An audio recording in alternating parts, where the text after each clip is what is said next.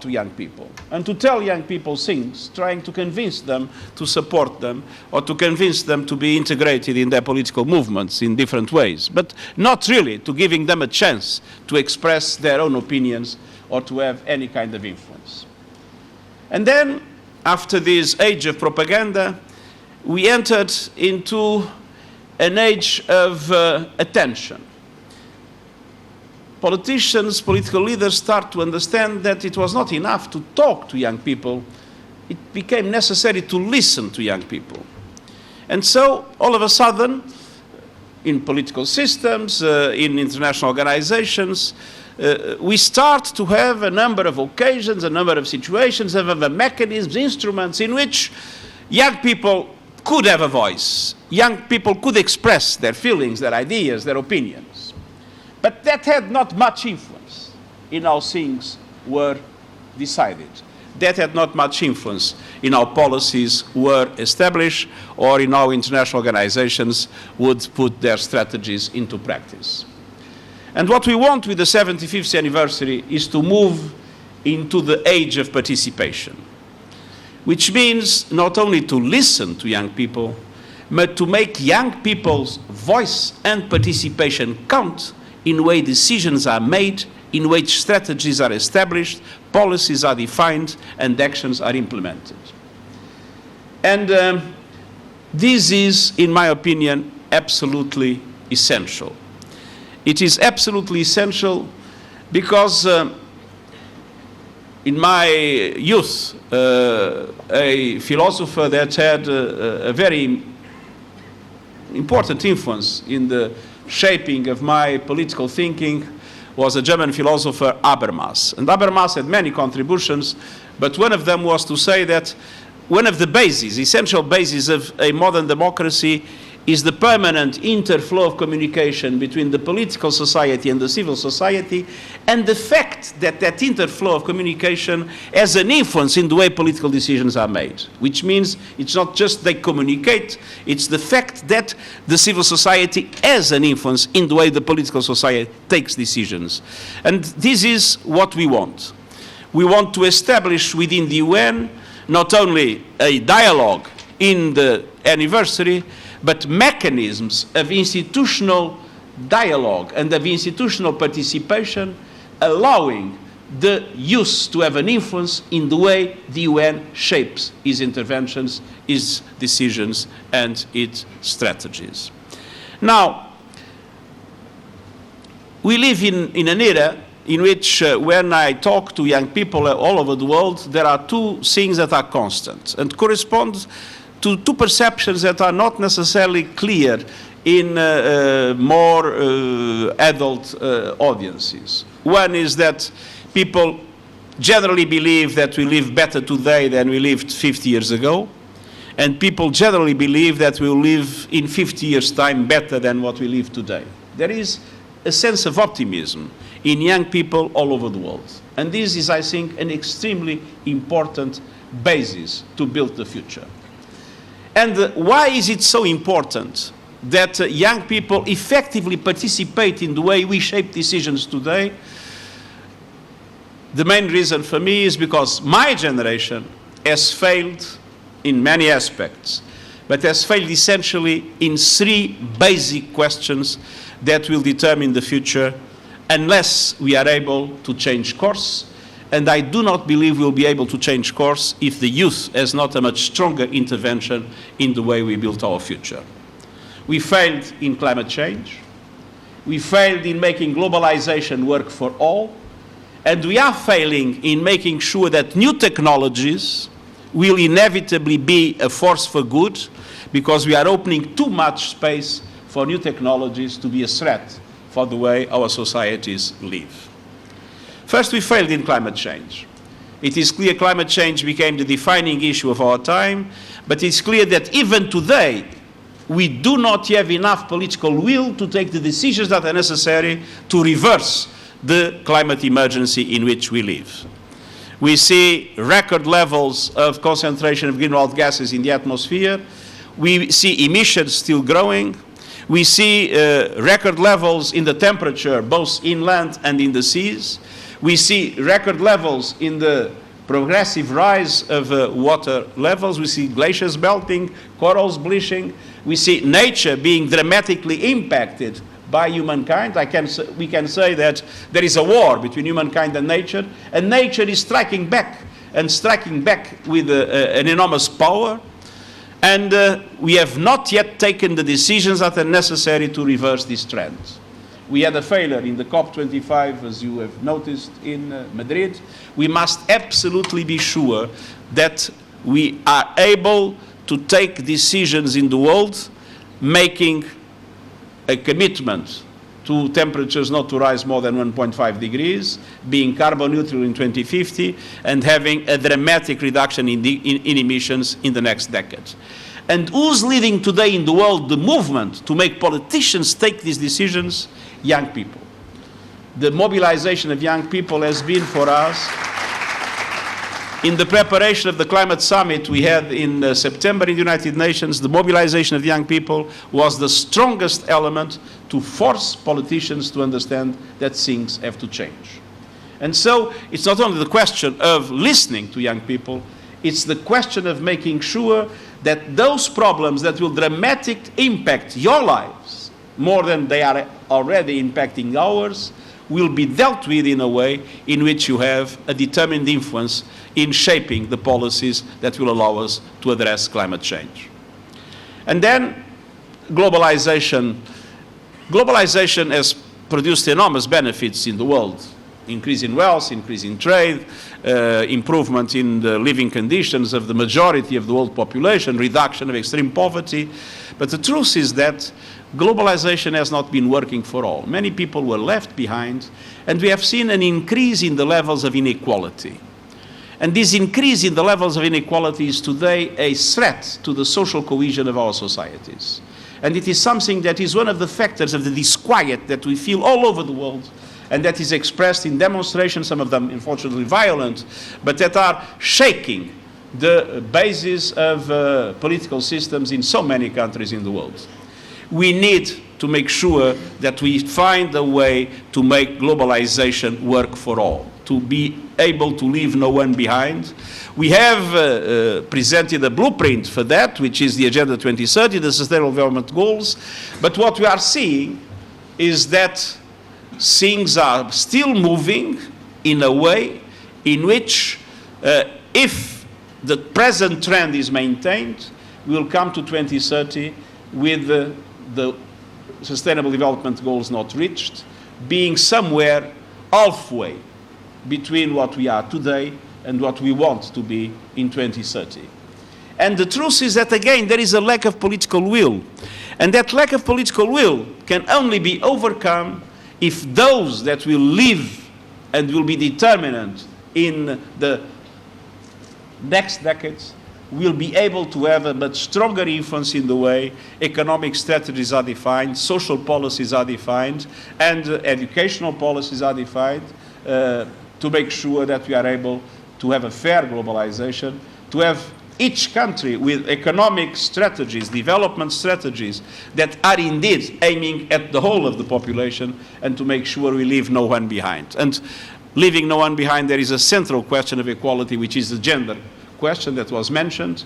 We still live, let's be frank, in a male-dominated world with a male-dominated culture, and we still have enormous difficulties for women to be able to play the role that they must play for our world to be more fair, more compassionate, and more able to avoid the permanent cycles of conflict in which we have lived. Conflict is largely the result of male-dominated societies, of the aggressiveness of male-dominated societies, and we believe that in a world where there is effective parity, and we have reached parity now in the UN at the top level, we have 90 ASGs and USGs, which is the Assistant Secretary Generals and the Secretary Generals, and 90 men, 90 women, and we are aiming at full parity in 2028 at all levels.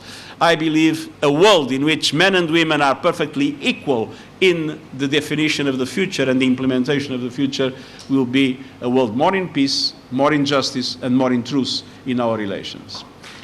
And then the third thing we are failing is to make sure that we have the full use of the enormous potential of the new technologies. Digital economy, digital society, artificial intelligence, genetic engineering, enormous potential that we have. We are living a fourth industrial revolution, but let's have no illusions. Many things can become a nightmare if we are not able to make sure that all these technologies will be a force for good.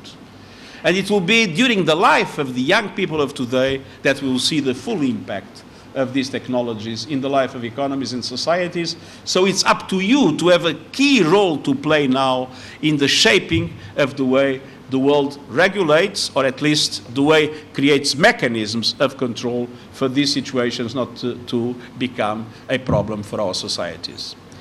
For instance, if one looks at the new technologies, there will be a massive creator of new jobs and a massive destruction of jobs. But they will not be the same. They will need different capacities, different skills. So obviously education must be an absolute priority. But most of our educational systems, with the exception of your university, are educational systems in which we learn things, when what matters now is not to learn things, but to learn how to learn. Because we will not be doing the things that we are learning in the university. We'll be doing different things. We don't know what. And at the same time, we will need a new generation of social policies, of safety nets. And we'll need a new concept of work. The concept of work that we have today probably will not be valid in 20 or 30 years' time. And the balance between work, leisure, and other activities will probably be different. We need to be ready for a different world, and only young people today have the feeling, the sensitiveness that this is changing, and the capacity to start pushing us to adopt the policies that are necessary to prepare the world for these changes. And then we see how terrorism, hate speech, criminal organizations are using the internet and the cyberspace not to promote communication, not to promote progress, but to put ourselves against each other, to divide societies. And it's absolutely necessary that we look into the way the international community comes together in shaping the rules or the norms or the forms of cooperation to allow to make internet, a cyberspace, a force for good, that require a knowledge of the digital economy, the digital society, that my generation has lots of difficulties to understand. And it's the young generation that now is digital to a certain extent that will be able to shape this kind of digital age. And then the worst risks, if one looks at artificial intelligence and how it's progressing, one of the things that I've been asking for is a total ban on autonomous weapons. Weapons that will be able to kill people without any interference of human beings, to choose who they kill and when they kill without any interference of human beings, without any form of accountability. These are things that, in my opinion, we need to ban. But in all those questions in which new technologies will dramatically impact our economies, our societies, our way of life, we are not yet fully able to understand them, and I feel the young generation is much more able to do it than my generation, that is still very analogic, if I might say, and still has some difficulties in knowing exactly how to handle some of the new devices that are available in the market. And so, because we need to defeat climate change, because we need to have a fair globalization and to defeat inequality, and because we need to make new technologies a force for good, independently of all other aspects that are relevant and in which we all need to work together, I believe that the youth must have a fundamental voice, but not only a fundamental voice, a fundamental role in the shaping of our common future. And I want to make the UN 75th anniversary the moment in which I will try to talk as little as possible and to listen as much as possible. And so I'm going to ask you one thing. Don't ask me any question. Give me your opinions, your ideas, and your proposals for the way we should try to shape a better one in the future. Thank you.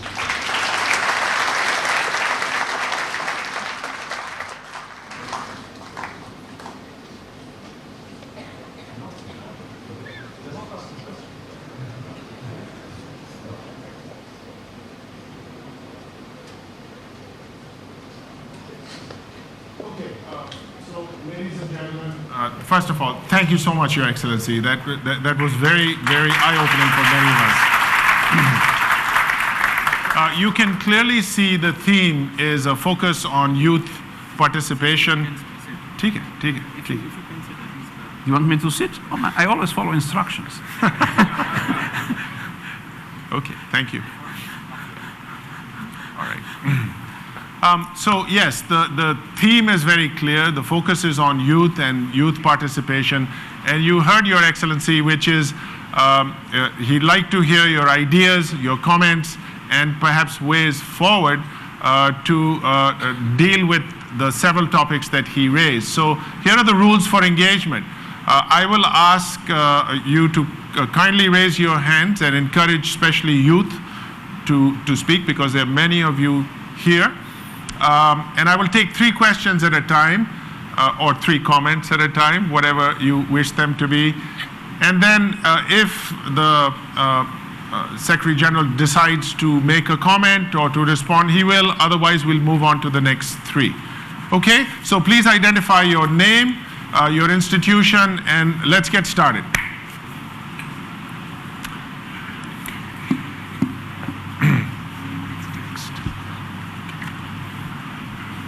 I'm Fahad Kamar from LUMS. My question is regarding, you talked about equality. So if we talk equality, so if we see United Nations, there's a certain elite group that has the power to veto certain decisions. So don't you see there's an inherent inequality for these states to veto all decisions of the United Nations? Okay, we'll take a second question or comment.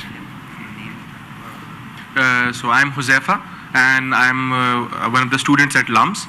I had just a general comment that I feel was necessary, that since we are talking about the involvement of youth and how youth participation can actually solve a lot of problems, but just a comment that my generation and the generations who are trying to solve, what we really feel is the element of protection of human rights, that we need the bodies such as UN, which are comprising of all the countries and they have a larger say. They must emphasize more on the protection of human rights across the globe in conflicts and post-conflict situations, because this generation feels a lot about human dignity, about human preservation, and this is a sensitive generation. They feel about animals, they feel about human lives, and which generally affects their motivation towards bringing about social change in the society. So institutions as UN, I would, as their role in the 21st century, I would like to more emphasize on the protection of human rights across the globe. Thank you. We'll go right in the middle.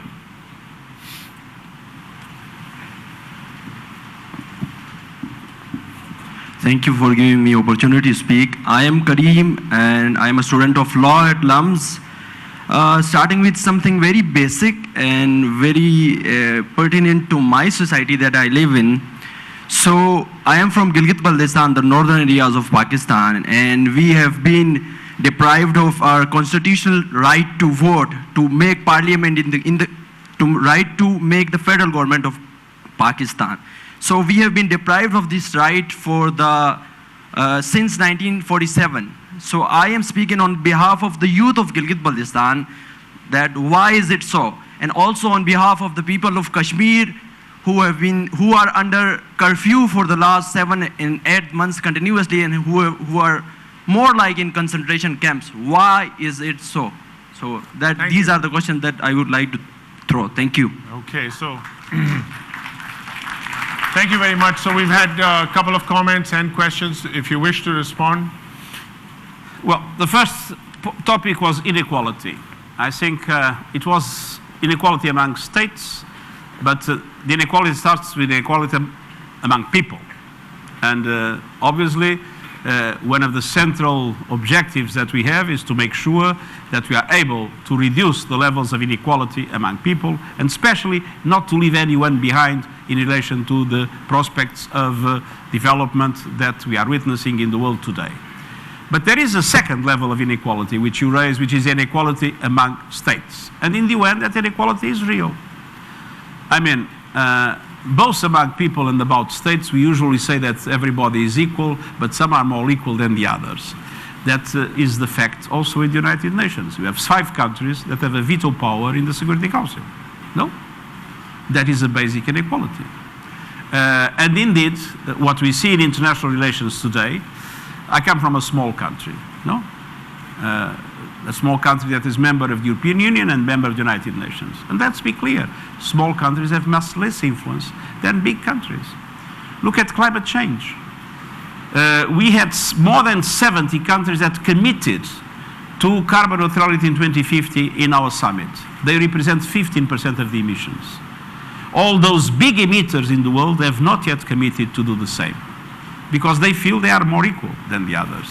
And we really need to make sure that equality among people, which is not only equality of income, it's equality of opportunities, is the fact that in many societies, the children of those that were in the best universities are those that go on being in the best universities. And the children of those that were not in the university or were in the bad universities are the ones that still go to the bad universities. I mean, we need equality among people, but we need also equality among states. It will not be easy to reach. I have to say that we have been trying to reform the Security Council since many, many decades ago, and things are not moving. Because one of the things I've learned in my life is that power usually is not given. Power needs to be taken, and that is not always possible. Now, the second question about human rights. You are absolutely right. We had a fantastic progress of human rights. Human rights are not only political rights. Human rights are political, civil, but also economic and social rights. You were talking about hunger. To eliminate hunger is to promote human rights. To eliminate extreme poverty is to promote human rights. So you need to have an understanding that all rights are important. The right to speak, the right to freedom of association, political rights, but also the right to have health, to have education. So all those rights need to be seen together. And the truth is that we are seeing in relation to some of the civil and political rights a pushback. The civic space has been shrinking in many countries of the world. The capacity of the civil society to participate has been shrinking. We see more journalists in jail. We see more human rights defenders in jail. And so it's very important to have a pushback on the pushback and to have a strong commitment, and young people can play a very important role in order for the full respect of human rights, both political and civil and economic rights. And of course, this is true everywhere, and is true particularly in the situations we have more dramatic violations of human rights. And I've been saying very clearly in relation to, I spoke on many issues about Kashmir during this visit, but one of the things I've said, it is absolutely essential to have human rights and fundamental freedoms for the people to have their lives and their dignity fully respected. Thank you.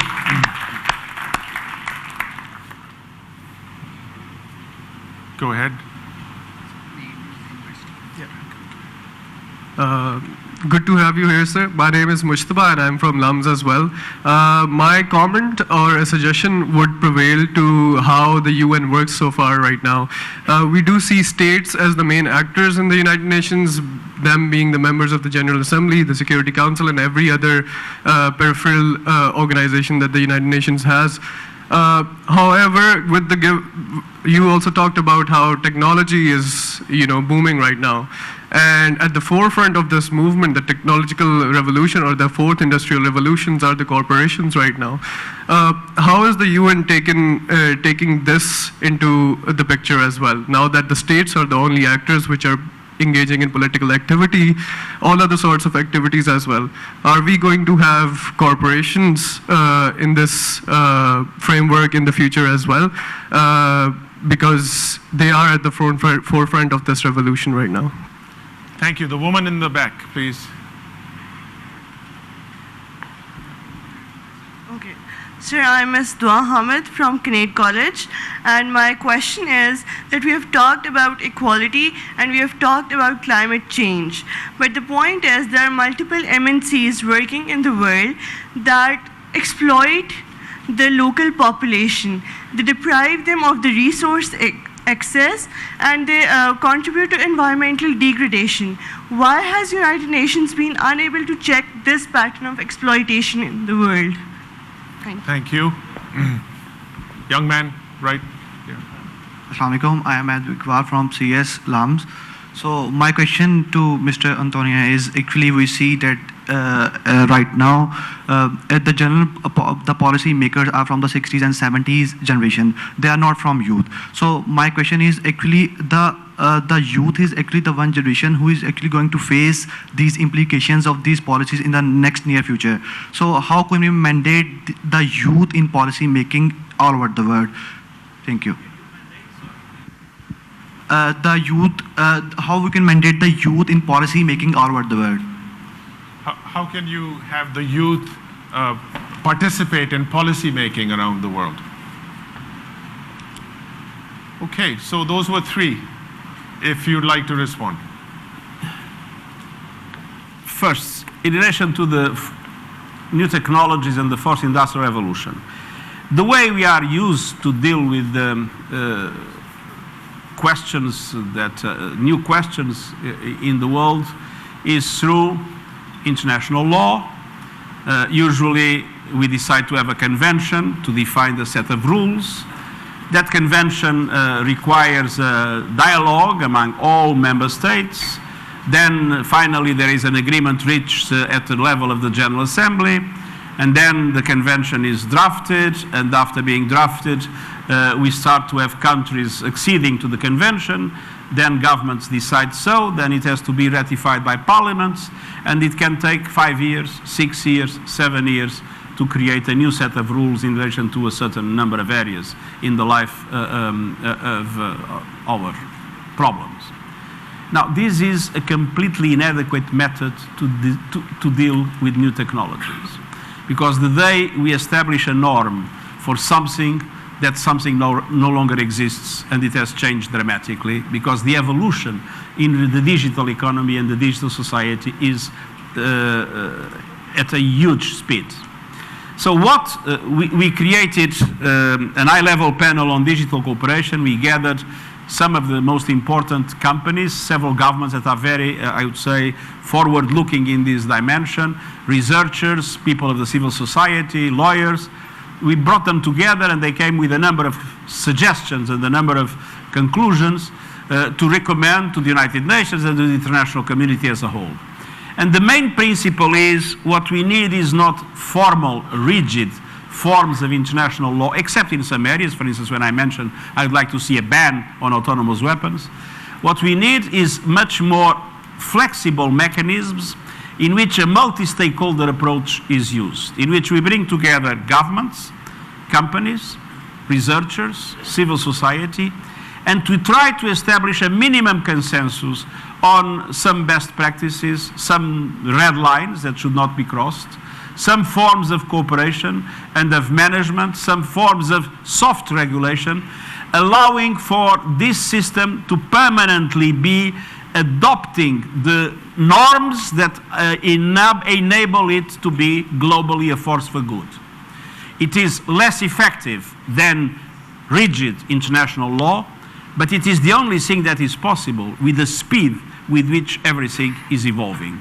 And we are seeing, very interesting, we are seeing something that 10 years ago would be completely impossible.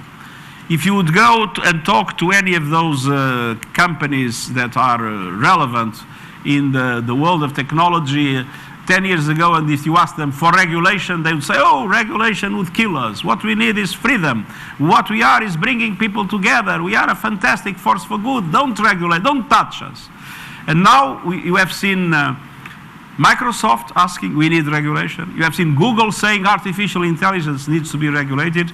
And we even saw Zuckerberg saying, I believe that in relation to these questions of hate speech, etc., we need regulation because we cannot decide by ourselves.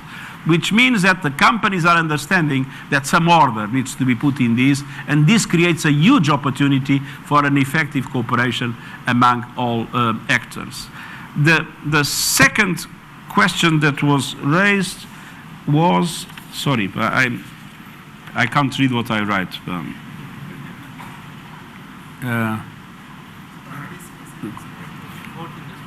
Sorry? It was Fourth Industrial Revolution and MNC. No, that was the first. yeah. Exploitation. Now, the way international systems are today defined are ways in which multinational corporations benefit in all areas. First, they can put their activities where they are cheaper, where salaries are lower and rights of workers are lower.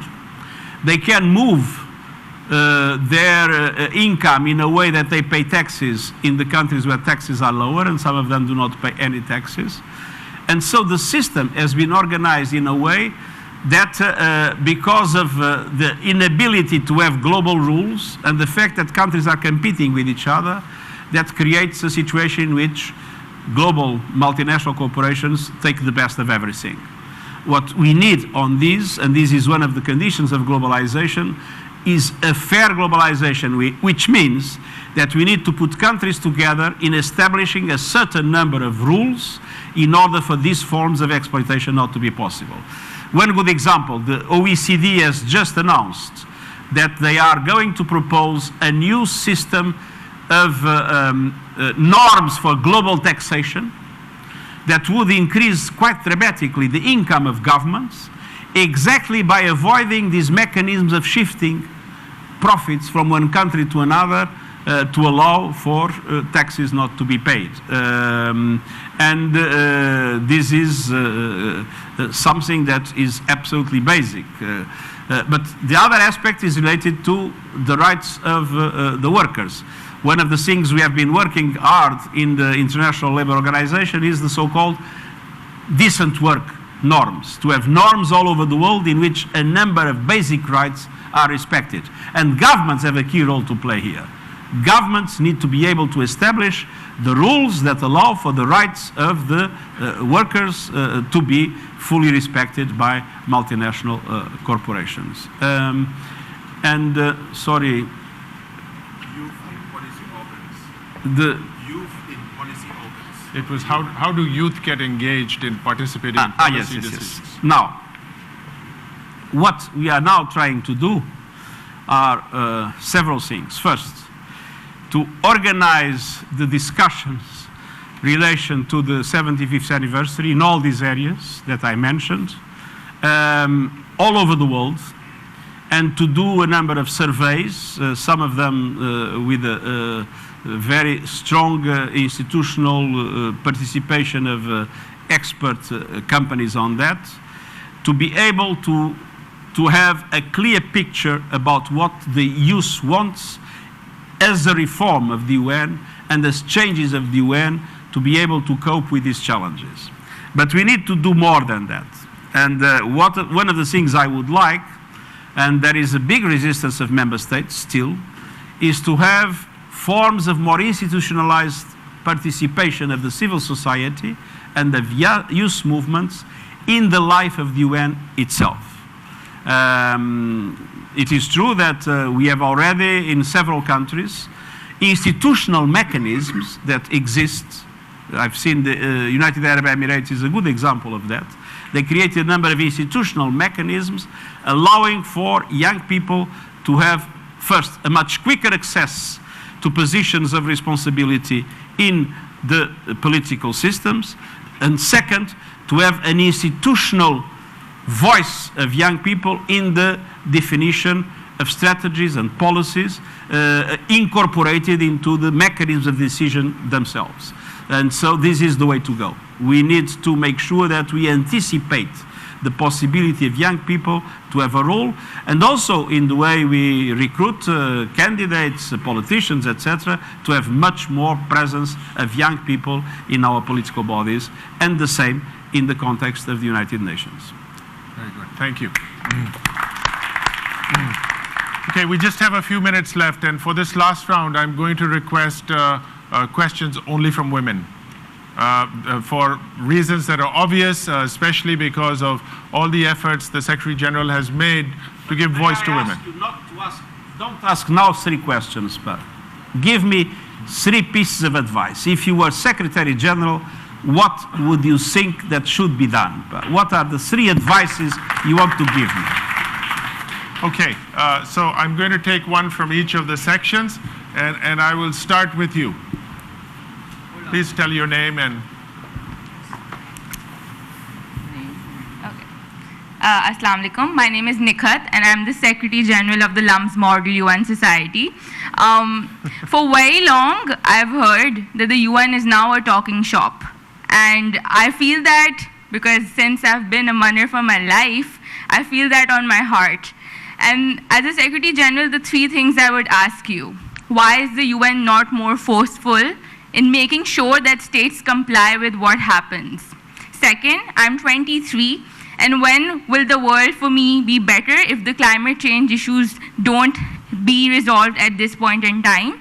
And third, if everything that we talk about is, since some states will always be more equal, when will this always be ending? And when will states that have not been equal get their chance to come up and have that opportunity ever again? Thank you. Okay, go ahead. Okay.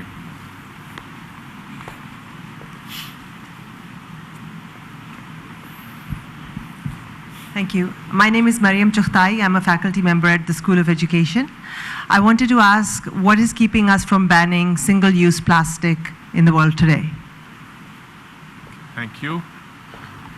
I think I saw a hand on this side. Sarah?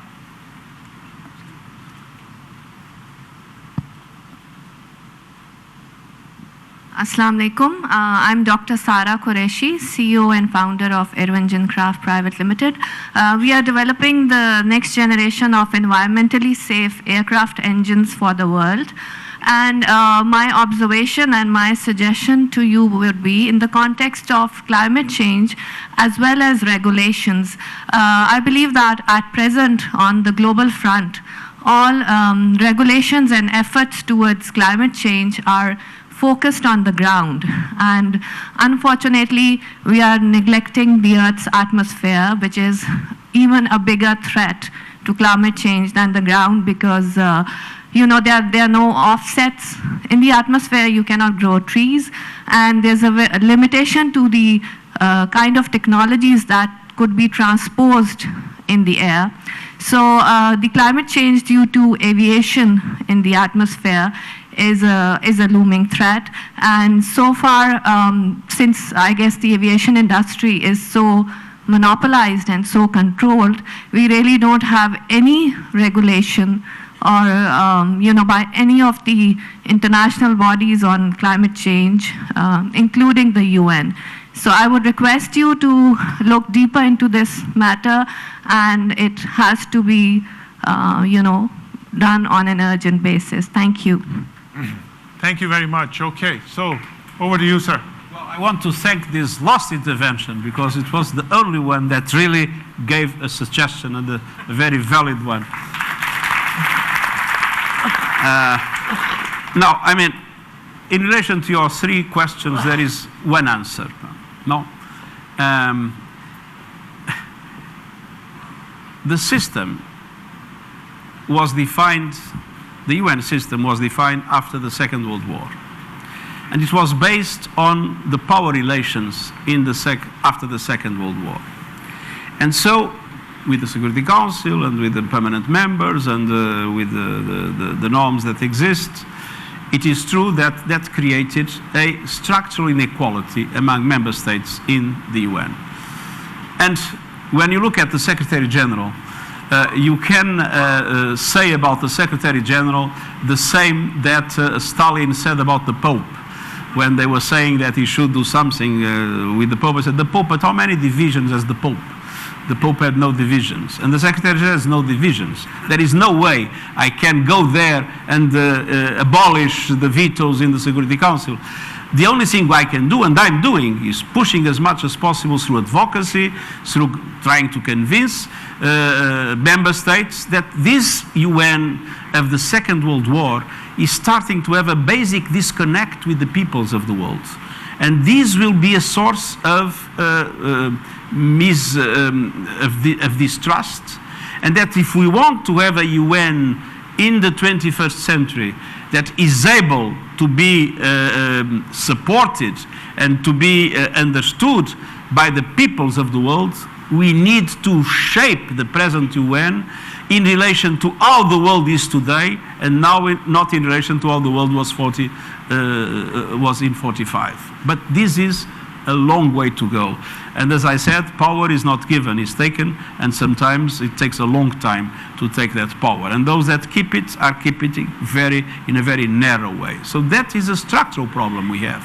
But at the same time, the UN is not only that. I mean, the UN is the most fantastic humanitarian force in the world. If one looks at all humanitarian action in the world, 50% of it is channeled through the UN. The UN is in peacekeeping, and Pakistan has been an extremely important pillar of peacekeeping activities. The UN is responsible for the protection of civilian populations in the most dramatic circumstances. And there, the UN is doing it, and is doing it, in my opinion, improving quite substantially. The UN is simultaneously a trusted partner of governance in the definition of development strategies. And I've seen it in the relations between the government of Pakistan and our country team. And so there are many other aspects of the UN in which the UN is now, I would say, perceived by populations as an important force in trying to make our world more peaceful, more just, and where human rights are more effectively respected. And the UN has important mechanisms in relation to the promotion of human rights, and has been a voice in denouncing human rights violations in many aspects. But there is a problem. There is an original sin that has not yet been able to be removed, and we need to go on and persist, because we need the equality concept that was mentioned to be a reality. Now, single-use plastics. I already asked for the ban of single-use plastics globally. We are witnessing a fantastic evolution on that. You don't have single-use plastics in UN headquarters. Some member states were complaining because they find it much more much more easy to bring a small plastic bottle of water instead of going to the tab. But we have abolished it. Rwanda is an African country, abolished single-use plastics 15 years ago. Islamabad has abolished single-use plastics, and I believe this will soon be a decision of Pakistan. And we see your neighbors in India have announced that, I think in 5 years they will do it. China is moving in that direction. New York has announced that they will be moving into abolishing. So we are not yet there. It's absolutely essential to abolish single-use plastics. Plastics became a very serious problem of pollution in the seas. And now we have plastics that are not biodegradable, but they split into small pieces. And we are starting to have microplastics and nanoplastics. And we are starting to have plastics not only in the fish we eat, but in the water we drink and in the air we breathe. And this is a threat to the health that is not yet entirely measurable. So the question of single-use plastics is a vital question, and I'm asking countries all over the world to ban its use. So thank you very much for your questions. And I hope next time you will be telling me what I should be doing in order to make sure that those questions have an answer that is better than the answers I can give today. Thank you very much.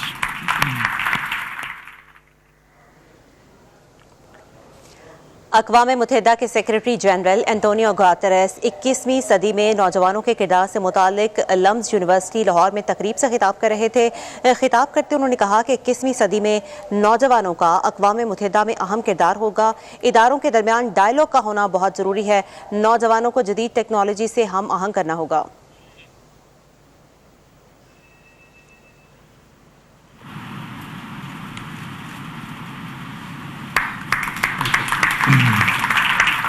Ladies and gentlemen, we've covered a wide range of topics. His Excellency has a very rigorous schedule. One of the reasons perhaps you did not hear so many recommendations to what the Secretary General should be doing is because a lot of people here, including many of us, believe you are doing an excellent job, and we're very grateful for that. So please join me with another warm round of applause.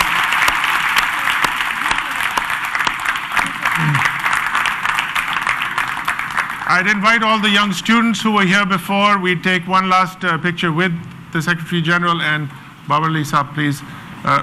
May I also invite Shahid Hussain, the Rector, to join us.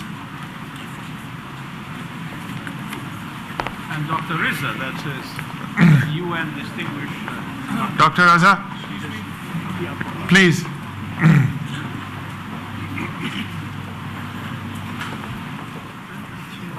آپ آگے آ جائیں. So they will be in the front of us and we can all. اقوام متحدہ کے secretary general Antonio Guterres LUMS university Lahore میں اس وقت موجود ہیں. اب سے کچھ ہی دیر قبل انہوں نے تقریب سے خطاب کیا ہے. اس تقریب کا عنوان تھا 21ویں صدی میں نوجوانوں کا کردار. مباحثہ ہوا اور اس مباحثے میں بہت سے جو اسٹوڈنٹس یہاں پر موجود ہیں انہوں نے ان سے سوال بھی کیے اور سیکریٹری جنرل انطونیو گوتریس نے انتہائی مدلل انداز میں ان سوالات کے جواب بھی دیے. اس وقت باقاعدہ فوٹو سیشن ہو رہا ہے. ہلکی پھلکی اسٹوڈنٹس کے درمیان، ٹیچرس کے درمیان گپ شپ بھی ہو رہی ہے اور اس وقت آپ دیکھ رہے ہیں کہ انتہائی اچھے خوشگوار موڈ میں موجود ہیں اقوام متحدہ کے سیکریٹری جنرل انطونیو گوتریس اور مختلف اسٹوڈنٹس کے ساتھ یہاں پر وہ ہاتھ ملا رہے ہیں، مصافحہ کر رہے ہیں، ہلکی پھلکی گفتگو بھی کر رہے ہیں. ٹیچرز بھی ان کے ہمراہ ہیں اسٹوڈنٹس کے. اور اب سے کچھ ہی دیر پہلے جو تقریب سے انہوں نے خطاب کیا اس میں ان کا کہنا تھا کہ 21ویں صدی میں نوجوانوں کا اقوام متحدہ میں اہم کردار ہوگا. اداروں کے درمیان ڈائلاگ کا ہونا بہت ضروری ہے. ہمیں اپنے نوجوانوں کو جدید ٹیکنالوجی سے ہم آہنگ کرنا ہوگا.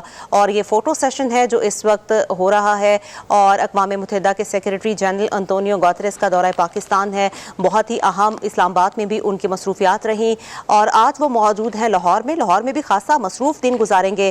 تاہم ان کی جو آج کی پہلی ایکٹیویٹی تھی وہ ہم نے آپ کے ساتھ شیئر کی. سیکریٹری جنرل اقوام متحدہ لمز یونیورسٹی پہنچے. یہاں پر 21ویں صدی میں نوجوانوں کے کردار سے متعلق مباحثہ ہوا اور اس مباحثے سے انہوں نے خطاب کرتے ہوئے کہا کہ مستقبل کے چیلنجز کو سامنے رکھتے ہوئے ہمیں اپنے نصاب میں تبدیلی لانا ہوگی. موسمیاتی تبدیلی کو سامنے رکھتے ہوئے فیصلے کرنا ہوں گے. آج کے دور میں سب سے بڑا مسئلہ جو ہے وہ ماحولیاتی آلودگی کا ہے. انسانی حقوق کے تحفظ اور ترویج میں نئی نسل اہم کردار ادا کر سکتی ہے. انہوں نے اسٹوڈنٹس کے سوالات کے جواب دیتے ہوئے کہا کہ عالمی سطح پر بھی ملکوں میں مساوات نہیں ہے. سیکیورٹی کونسل کے صرف 5 ممالک کے پاس ویٹو پاور ہونا عدم مساوات کی مثال ہے.